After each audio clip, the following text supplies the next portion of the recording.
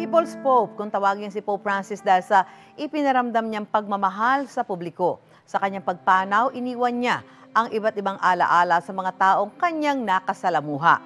May unang balita si Ian Cruz. Paghalik sa paa ng dalawang babaeng inmate sa isang youth prison.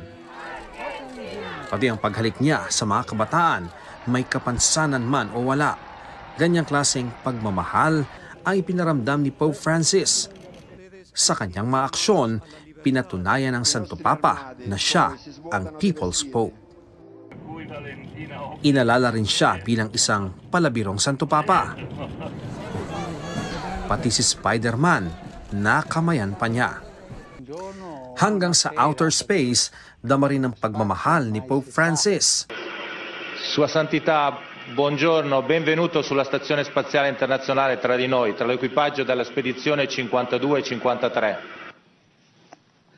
Buongiorno, buonasera, perché quando sei nello spazio ormai si sa.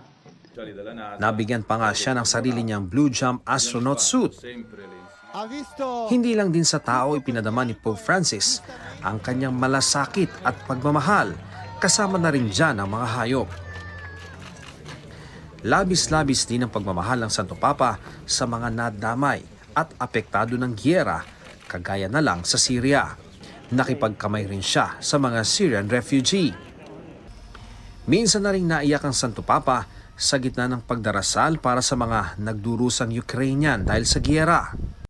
Isa rin sa mga tumatak sa mga nagmamahal kay Pope Francis ang kanyang litrato habang pinagdarasal ang buong mundo sa gitna ng pandemya.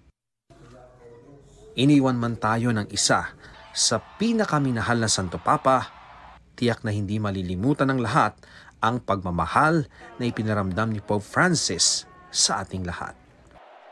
Ito ang unang balita, Ian Cruz para sa GMA Integrated News. Gusto mo bang mauna sa mga balita?